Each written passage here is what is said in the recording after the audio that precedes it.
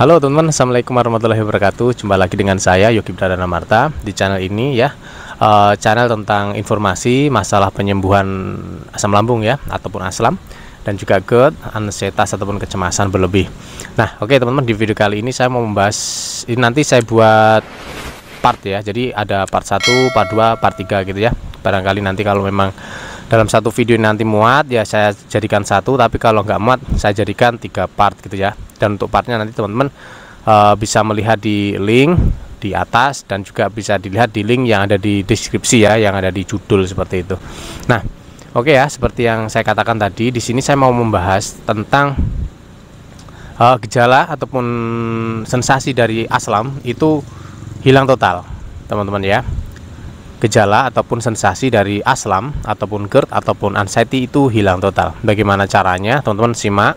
Terus kemudian juga jangan di skip-skip, tonton secara full, dan juga ini ya, teman-teman mendengarkan ataupun menontonnya dalam keadaan yang fokus supaya nanti informasinya bisa teman-teman ambil dan teman-teman cerna gitu ya. Nah, oke, langsung aja teman-teman.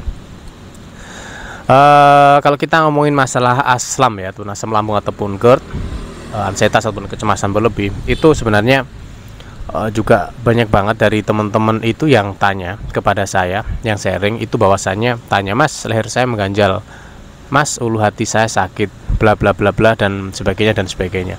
Itu sebenarnya bukan perkara bagaimana cara menghilangkan ulu hati sakit, bagaimana cara menyembuhkan leher mengganjal, bukan teman-teman ya. Jadi sebenarnya akar masalah dari semua gejala yang Anda rasakan, yang teman-teman rasakan itu adalah ini ya, berada dalam kasus asam lambung teman-teman.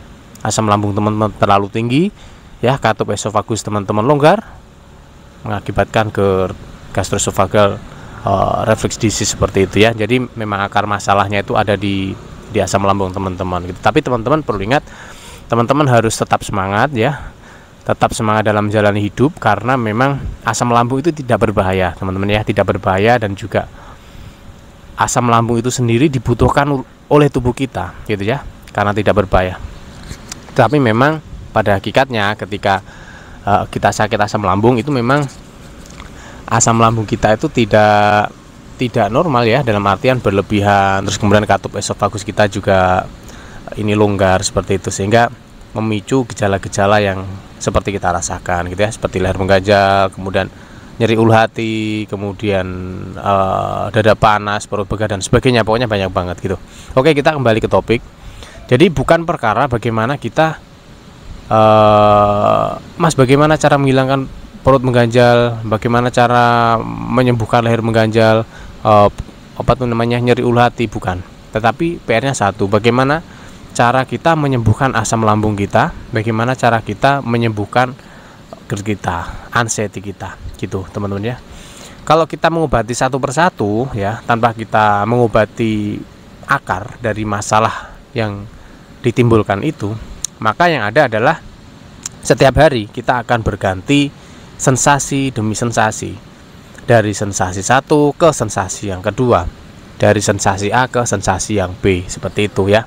Jadi memang yang harus kita lakukan itu adalah mengobati akarnya. Akarnya adalah asam lambung kita. Caranya dengan cara seperti biasanya teman-teman, 3PR, 3 pola hidup sehat dan religi yang bagus gitu ya. 3 pola hidup sehat seperti yang sudah kita jelaskan tempo hari, beberapa video, semua video pun juga sudah kita bahas, mulai dari pola makan, pola pikir, pola hidup seperti itu ya. Itu udah sering kali kita bahas, jadi tidak perlu kita bahas ulang. Dan juga gini, apa namanya, kalau kita ngomongin lagi yang masalah tadi ya, jadi bukan bagaimana cara menyembuhkan leher mengganjalnya, nyeri ulu hatinya, enggak. Jadi kita fokus kepada penyembuhan asam lambungnya, karena ketika asam lambung kita ini sudah sembuh, tentunya semua gejala yang Anda rasakan, semuanya ya teman-teman ya, mulai leher mengganjal, kemudian nyeri ulu hati, perut begah, dan juga dada panas ya, itu semua akan sembuh gitu ya. Jadi akar masalahnya ada di asam lambungnya, begitu. Dan ini apa namanya, cara menyembuhkan asam lambung itu memang bisa dibilang mudah dan juga bisa dibilang sulit, teman-teman ya. Untuk orang-orang yang belum memahaminya mungkin akan beranggapan menyembuhkan asam lambung itu sulit ya, karena asam lambung itu tidak seperti kita sakit pilek, tidak seperti kita sakit batuk yang kita obati kemudian sembuh, enggak seperti itu. Jadi karena penyakit ini melibatkan pola pikir gitu ya, pola pikir. Jadi kita obatin apapun, kalau pola pikir kita ini tidak bisa legowo, tidak bisa pasrah, tidak bisa apa ya istilahnya menerima dengan keadaan kita, otomatis sakit asam lambung itu pun juga akan sulit disembuhkan gitu ya, sulit disembuhkan. Tapi ketika kita sudah bisa legowo, kita sudah bisa menerima, kita sudah bisa mulai ikhlas ya, pasrah dengan apa yang kita rasakan, tetapi kita juga tetap berusaha untuk mencari ataupun ikhtiar mencari obat gitu ya, insya Allah penyembuhannya akan sedikit lebih cepat daripada kita terus-terusan mengeluh gitu ya. Karena apa? Karena seperti yang saya katakan di awal bahwa sakit asam lambung itu beda dengan sakit batuk, beda dengan sakit pilek yang diobati sembuh gitu enggak. Kita minum obat, kita masih pikirannya masih sering takut, sering gelisah, sering was-was, sering cemas gitu ya. Tentunya asam lambung kita juga akan terus-terusan kambuh, akan terus-terusan naik, akan terus-terusan seolah-olah nggak ada sembuh-sembuhnya begitu ya. Jadi di sini yang saya mau tekankan untuk teman-teman semuanya ya. Jadi penekanannya adalah justru kepada bagaimana cara kita menjaga pola pikir kita, gitu ya. Kalau masalah pola makan, saya rasa teman-teman sudah bisa lah ya memantang makanan mana yang boleh dimakan, mana yang nggak boleh dimakan. Kemudian setiap hari kita harus makan berapa kali, jeda antara makan dan tidur berapa jam, gitu ya. Itu tentu kita sudah tahu semuanya ya. Tetapi untuk masalah pola pikir itu memang yang sangat sulit di situ, teman-teman. Tidak semua orang bisa mengelola pola pikirnya dengan positif ataupun dengan baik gitu.